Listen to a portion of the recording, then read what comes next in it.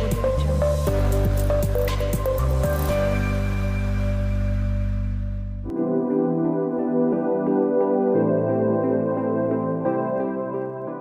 Bismillahirrahmanirrahim. Assalamualaikum warahmatullahi wabarakatuh. Bismillah, alhamdulillah, wassalatu wassalamu ala rasulillah.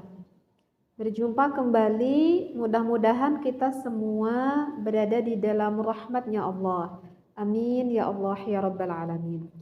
Mari kita lanjutkan kembali ngaji bareng kita. Kali ini saya membawa kitab Qurratul Uyun.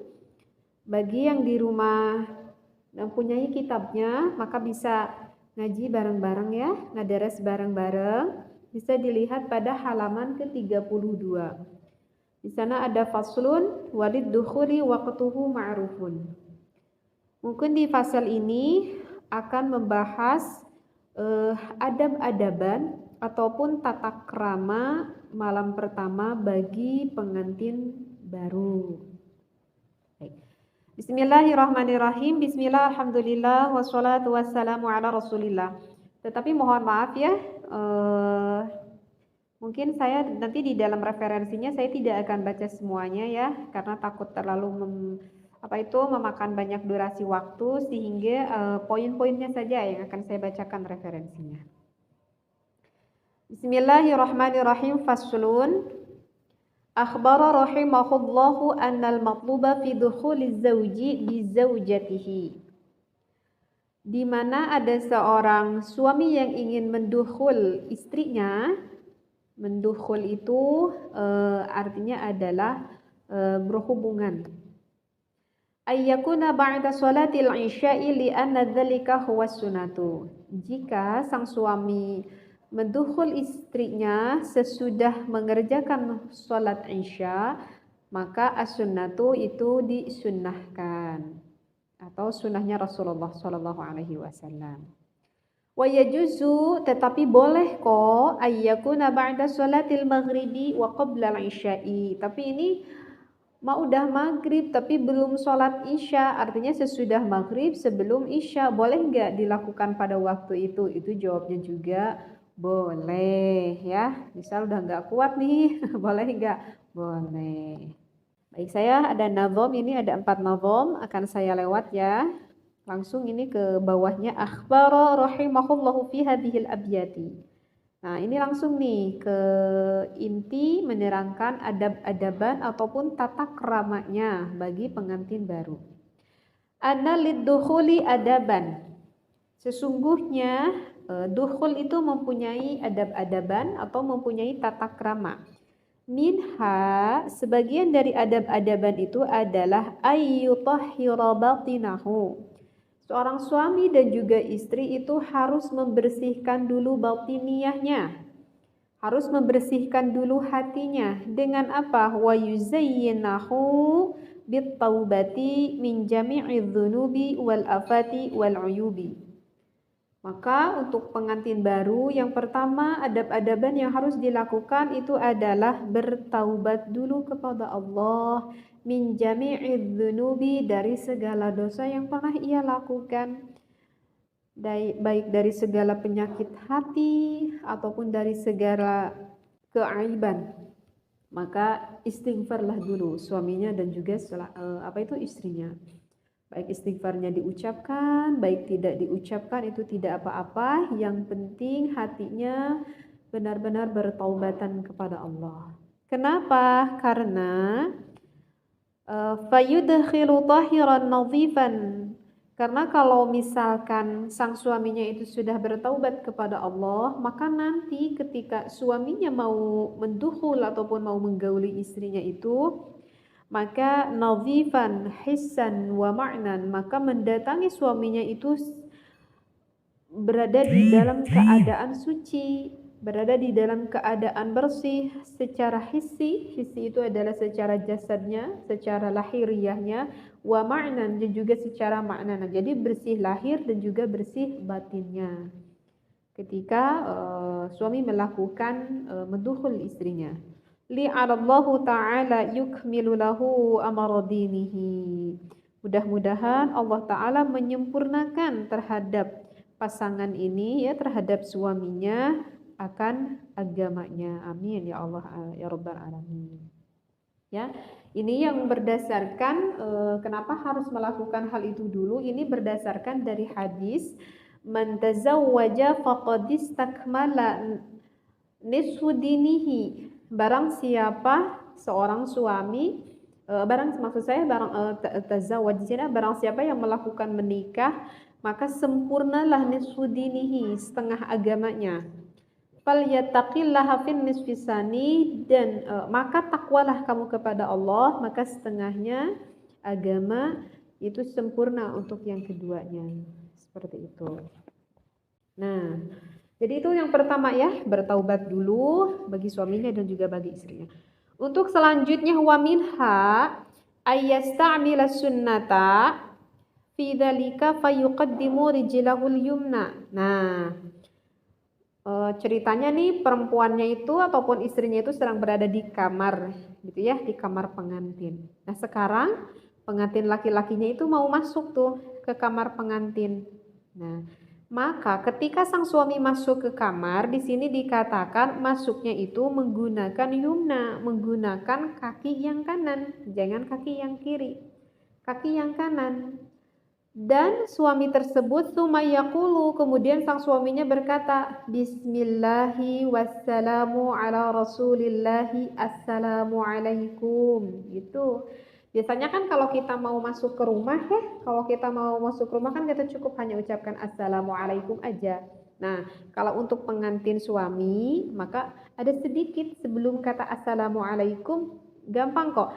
Bismillahi wassalamu ala rasulillah. Cuman ditambah 3 kata. Bismillahi, apa tadi? Wassalamu ala rasulillah. Baru assalamualaikum ya bidadariku, misalkan. Memang boleh tambah bidadari, nggak apa-apa. Nanti istrinya biar seneng gitu ya. Jadi bismillahi wassalamu ala rasulillahi assalamualaikum, kata suaminya. Kalau udah jadi suami ya pada malam pertama itu. Nah, udah masuk tuh suaminya ke kamar, nyemperin tuh sama istrinya ya boleh, mau ngobrol-ngobrol dulu di sana boleh.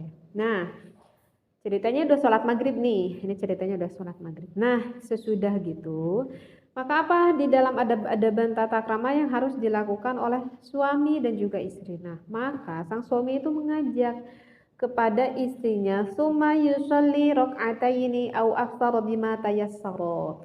Maka sang suaminya itu bagusnya itu mengajak ke istrinya. Mengajak apa? Mengajak untuk melakukan sholat sunnah 2 rakaat saja. Itu termasuknya sholat sunnah apa? Itu termasuknya sih ya termasuk sholat sunnah mutlak juga bisa. Jadi termasuk sholat sunnah mutlak, niatnya ya cukup niat mengerjakan sholat sunat aja gitu. Niat abdi sholat sunat, udah gitu aja cukup. Jadi niatnya ya niat sholat sunat aja, niat abdi sholat sunat, udah segitu juga udah cukup. Karena ini kan sholat sunat mutlak seperti itu. Biasa rakaat pertama kita baca Fatihah, rakaat kedua kita baca Fatihah, setelah baca Fatihah kita bebas mau baca surat apa aja. Enggak ada ketentuan, enggak ada kepatokan, mau baca qul ya kulhu boleh. Mau baca surat yang panjang boleh gitu ya. Artinya bolehlah kita baca surat apapun itu bebas. Nah, udah tuh ceritanya beres nih, suaminya sama istrinya itu melakukan sholat sunnah 2 rakaat. Setelah beres melakukan sholat, maka summa yaqra'u al-fatihata salasan. Maka suaminya dan istrinya itu membaca surat al-fatihah sebanyak 3 kali. Dari bismillah sampai waladhdallin, bareng-bareng suami sama istrinya 3 kali baca. Kemudian waqul huwallahu ahad salasan. Setelah itu membaca surat al-ikhlas 3 kali. Qul huwallahu ahad, Allahus somad gitu ya. Baca 3 kali sama istrinya. Hafal mungkin ya, baca 3 kali kan. Nah, setelah itu baru tsumma yusalli 'alan nabi sallallahu alaihi wasallam salasan. Setelah membaca surat Al-Ikhlas baru membaca sholawat kepada Nabi Muhammad. Sholawatnya juga enggak perlu yang panjang, udah yang pendek aja. Allahumma sholli ala sayyidina Muhammad, Allahumma sholli ala sayyidina Muhammad, Allahumma sholli ala sayyidina Muhammad, cukup 3 kali ya. Jadi ingat ya, baca Fatihah 3 kali, baca surat Al-Ikhlas 3 kali, baca apa barusan? Sholawat 3 kali. Nah, udah beres baca sholawat, tsumma yad'ullaha ta'ala. Maka setelah itu baru suaminya berdoa gitu. Jadi perempuannya itu, istrinya itu nggak perlu membaca doa. Jadi yang membaca doa itu suaminya aja. Jadi istrinya cukup di belakang mengamini apa yang didoakan oleh suaminya. Kalau tadi mau baca Fatihah bareng-bareng, baca Qul Hu bareng-bareng, baca sholawat bareng-bareng. Tapi kalau untuk doa suaminya aja yang baca. Nanti istrinya di belakang mengamini. Seperti itu. Doanya bagaimana? Allahumma barik li fi ahli wa barik li ahli fi. Allahumma rzuqhum minni warzuqni minhum warzuqni ulfahum wa mawadatahum warzuqhum ulfi wa mawaddati wa habbib ba'dana ila ba'di. Nah, itu adalah untuk doanya gitu. Nah, apalagi nih, saya lewat dulu ini menerangkan tentang kalimatnya ya. Tanbihun, di sini ada tanbih. Yutlabu minaz zauji ay ya'mura zaujatahu. Oh iya, ini ada yang kelewat nih. Oh, kenapa kita itu harus melakukan sholat, kemudian membaca surat Fatihah sampai ditutup oleh doa? Karena di sini dikatakan wa yarghabu ilaihi fi husnil usyrati wal ulfatil hasanati wa dawamul mahabbati. Karena kalau kita melakukan serentetan dari sholat sampai doa yang ditutup tersebut, kan orang itu ilaihi, mencintai kepada Allah. Pasangan suami istri itu karena dia melakukan sholat, karena berdoa, itu kan adalah salah satu bukti bahwa pengantin itu yang sangat bersyukur kepada Allah. Sehingga kan ya bersyukur dengan melaksanakan sholat dan juga doa-doa itu. Nah, maka di sini dikatakan fi husnil usyrati, itu adalah tandanya suami istri tersebut, karena udah malam itu udah sah ya, udah jadi suami istri. Fi husnil usyrati, yang baik sekali bergaul. Wal ulfatil hasanati, dan mengharapkan akan kerapihan di dalam kebaikan. Ya, jadi dengan berkahnya melaksanakan sholat, dengan berkahnya berdoa kepada Allah, mengharapkan akan bagus bergaul di dalam rumah tangga, rapi rumah tangganya di dalam kebaikan, dan yang terakhir wadawamul mahabbati, dan memohon kepada Allah agar langgeng kecintaan antara suami dan juga istrinya. Karena kan kita suka dengar ya, kenapa kok sampai pisah? Karena udah nggak ada lagi rasa sayang, rasa cinta kepada suami ataupun kepada istrinya. Nah, itu berarti gak wadawamul mahabbah, berarti nggak langgeng tuh cintanya. Nah, di sini yang diharapkan wadawamul mahabbati, agar apa? Agar langgeng rasa sayang, rasa cinta pada suami istri tersebut sampai akhir hayat. Seperti itu, yaitu berkahnya. Jadi harusnya dilakukan nih bagi pengantin baru. Tanbihun, yutlabu minaz zawji ay ya'mura zawjatahu bil wudu'i in kanat ala ghairi taharatin waqtad dukhuli thumma ya'mura bis salatil maghribi wal isya'i. Nah, di sini dikatakan bahwa untuk suami, karena malam itu udah jadi suami, maka karena udah jadi suami harus memerintahkan kepada istrinya kalau udah datang waktu maghrib gitu ya, karena kan ke maghrib ke isya itu kan deket ya, maka suaminya itu harus memerintahkan kepada istrinya untuk segera lekas berwudu. Istrinya perintahkan, ayo neng, udah ada maghrib, cepet wudu gitu ya. Kita sholat berjamaah, oh, Masya Allah romantisnya ya. Sholat berjamaah gitu. Udah itu, ayo sholat isya, sholat maghrib. Jangan dulu beranjak sampai kita menunggu sholat isya. Nah, untuk sholat sunat yang barusan itu bisa dilakukan setelah sholat maghrib. Ya, setelah sholat maghrib. Jadi maghrib menunggu ku isya itu ya itu dulu, itu sholat sunnah 2 rakaat dulu itu gitu, sampai kita menunggu ke isya gitu. Kenapa sang suaminya tuh harus menyuruh kepada istrinya untuk melaksanakan sholat maghrib dengan sholat isya? Li'annal arusata, di sini dikatakan karena sesungguhnya pengantin baru itu qalla, sedikit sekali antajadaha tusalli hadainil waqtaini. Karena menurut ulama di sini dikatakan sedikit sekali pengantin baru itu yang melaksanakan sholat 2 waktu ini. Sholat maghrib, sholat isya itu pada pengantin baru kebanyakan itu jarang dilakukan gitu. Gak tahu kenapa nggak sholat ya. Apa karena udah nggak sabar atau gimana itu. Makanya suami itu harus mengingatkan kepada istrinya itu untuk wudhu, untuk melaksanakan sholat. Ini kata ulama itu jarang. Pengantin baru ini yang melaksanakan sholat maghrib dan sholat isya. Seperti itu. Fal yahdhar min dzalik. Maka kalian harus takut ya dari melakukan dari tidak melakukan sholat maghrib dan juga sholat isya, ya. Tsumma ya'muruha an tusalliya khalfahu raka'ataini. Di sini tuh dikatakan maka suaminya tuh memerintahkan untuk sholat sunnah 2 rakaat yang tadi ya. Sholat sunnahnya itu gimana mau sholat sunnahnya itu harus dilakukan berjamaah atau sendiri-sendiri. Mau dilakukan berjamaah boleh ya, suami yang menjadi imam, istri yang menjadi makmumnya. Mau sendiri-sendiri juga niatnya nggak diberjamaahkan juga boleh, nggak apa-apa. Hanya saja ketika membaca doanya itu suaminya yang membacanya dan istrinya itu yang mengamininya. Jadi kalau doanya nggak sendiri-sendiri, doanya itu bagusnya itu suaminya yang membacakan doanya dan di belakang makmum, istrinya yang mengamini, seperti itu. Bisa dipahami ya? Nah, ini sih sebenarnya masih banyak sekali ya pembahasannya, ini belum tamat nih. Ada referensi nih.